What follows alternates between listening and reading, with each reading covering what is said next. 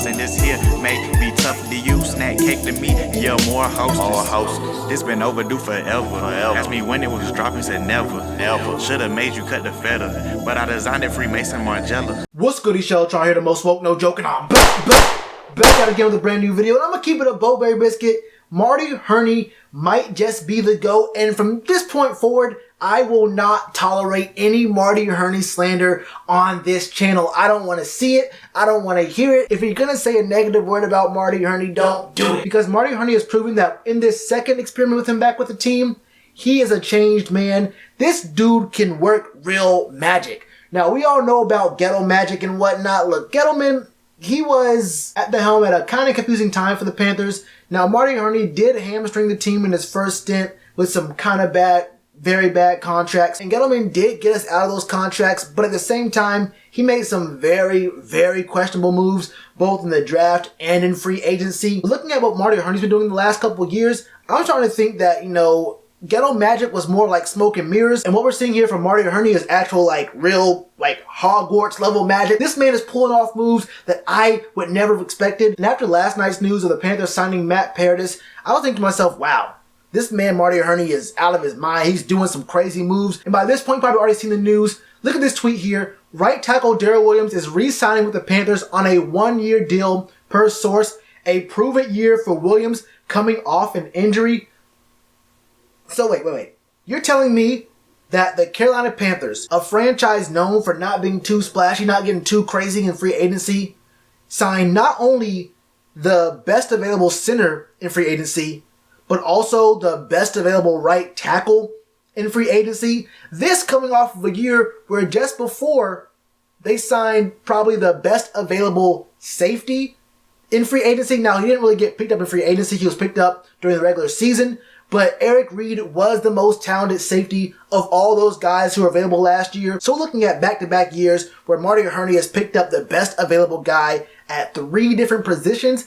And let's be more clear about how impressive this is, because this signing of Daryl Williams may not have been possible if it weren't for this crazy deal that he signed with Matt Paradis. I couldn't put the details of the contract in the video because it came out after I'd already rendered it out and everything and tried to upload it. But this tweet here from Spot Rack showing Matt Paradis' surprising deal with the Panthers comes with $10 million guaranteed at signing and a $4 million cap hit in 2019. How do you sign a man to a 3-year, $27 million contract with only a $4 million cap hit in this first year?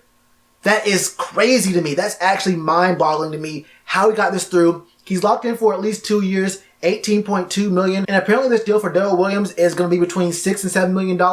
There was some tweets from the Panthers beat writers saying it's going to be $6 million. I saw a tweet from Ian Rappaport saying it's closer to $7 million. But let's just call it 6.5, I guess.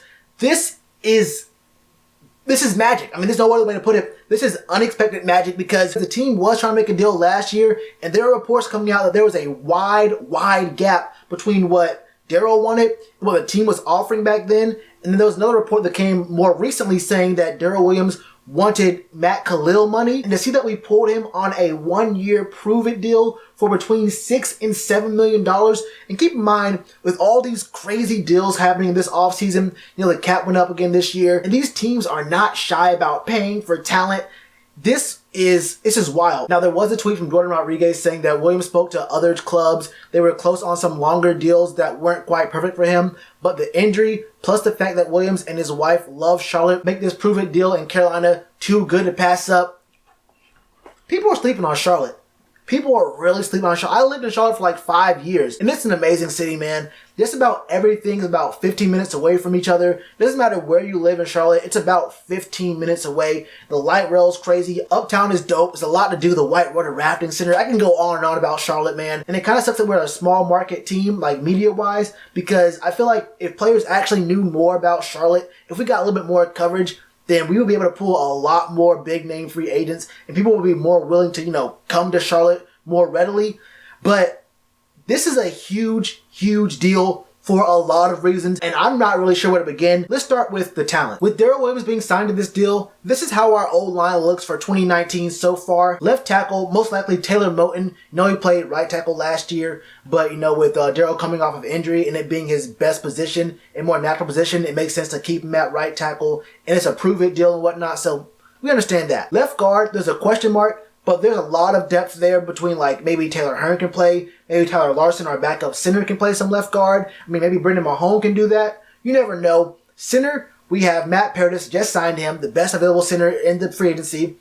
Right guard, Trey Turner, one of the best right guards in the league. Maybe not like number 1 or number 2, but definitely way, way up there in the top 5. I would probably say I'm not really the best, person to evaluate right guard talent, but I think he's been up there for a while now. He's been performing. Trey Turner is a beast over there. And obviously at right tackle we have Daryl Williams again, who at one point or multiple points was a top 5 right tackle in the league. This is not only a good starting O-line, minus the question mark at left guard, but like I said, there's so much depth. I mean, look, Taylor Hearn, Tyler Larson, Greg Van Roten, who at some point didn't look all that great, but I mean, he played every single snap, I believe, and there are times where he looked really, really good. I have high hopes for him still. Brendan Mahone, and let's not forget that we do still have Chris Manhertz, who is a tight end, but he's a mainly blocking tight end. So I wouldn't be surprised if we saw him out there on more like obvious run situations. He's a big blocking threat. He's part of the line, I guess you can say. And I think that he counts, in my opinion, as a strong, productive blocker on the team. So I'm going to count it there. There's so much depth here with this team. And honestly, I'm in such a good mood. Maybe even Matt Khalil can have a good year. And you know how I feel about Matt Khalil. If I can flip the switch like that, then I mean, look. That's how good of a mood I'm in. Whether or not he's on the roster, we're going to be paying him. And I think we only save like $1 or $2 million by cutting him. You might as well just see what you got. If there's someone who gets hurt at left or right tackle, you may as well just see what you got there. I mean, you're still paying the man. So, I mean, I would not be, I would be surprised, but I would be pleasantly surprised. And at this point, I'm of the mindset that anything can happen. This Hurney magic, this Marty magic got me feeling like anything is possible. Just to piggyback off that with the whole Matt Khalil situation, his contract, and Daryl Williams taking a 1-year prove-it deal after specifically saying that he wanted Matt Khalil money and wanted a bag, essentially. It's got me thinking that maybe the team, Marty Hurney, the coaches, maybe, from way upstairs, maybe someone said, look, bro, you play good this year. We get Matt Khalil off our books. The cap, maybe goes up again next year. We have a lot more space. Then we can really start to pay you. We can give you that money. You played well this year, and we will take care of you in the future.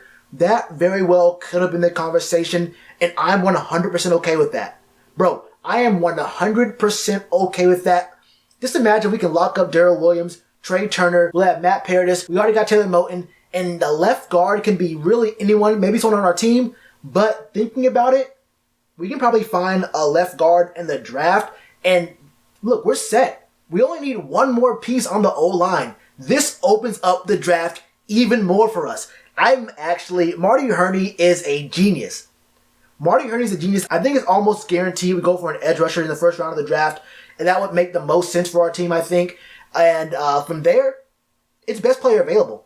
It's really best. We don't have to we're not hamstrung into picking up an offensive lineman in the second round now. We can really look for a really good, really big, talented safety, maybe even a slot corner, although I would probably be more willing if it's between a slot corner and left guard. I'd probably say go with the left guard unless a bunch of the top left guards are already gone. For me in the second round, it's probably more between the safety and the left guard. Unless someone falls, and we have seen the last few years in the draft, or I guess every draft ever, we've seen talent slated and projected to go in the first round fall to the second, maybe even middle of the second. And keep it real with you, the team has so much draft capital, I would like to see us trade up. Maybe trade up into the second, maybe trade up to get higher into the third, leverage one of those third round picks in a fifth maybe even our fourth if we can go high enough, but we can pick up some really, really high talented picks very early in the draft, and then use the back half of the draft to get a backup quarterback. We can work on our depth in other places. This year, this offseason for us, this free agency period for us is crazy. Now, I don't really expect us to make any more big splashy moves. So let's not get our hopes up too much, hoping for another big splash. Anything's possible. I've been wrong before. I've been wrong, 3 times in 1 week now? It is what it is, but I don't see it happening. I don't see us going for another big splash in this free agency period. We might find some more depth guys here and there in free agency. But this is the best I felt going into a season in a long time, man. I'm really at a loss for words right now, so I'm going to stop talking, man. What are your thoughts on this? What are your thoughts on the offseason in general, the free agency period? What are your thoughts on the O-line right now? Do we have our O-line already set? Should we draft a guy? Where should we draft him? What are your thoughts on Marty Hurney? Have you Have you switched your opinion on Marty Hurney yet? I saw a lot of comments, people saying we need a new GM. People said we have a bad front office. I saw some people saying that we have a trash front office and we're going to be looking at a 6-10 season. This was not even more than like 2-3 days ago. Have you switched your story yet? Have you changed your mind just yet? Have you changed your mind? The answer is yes. The answer is yes. But let me know your opinion in the comments below, man. And you already know what to do with that like button. Cheers to you, appreciate the chance. Being told y'all I been the man. Being told y'all I had the gift. Tell a friend to tell a friend. Real ones gonna recommend. Count this as another win.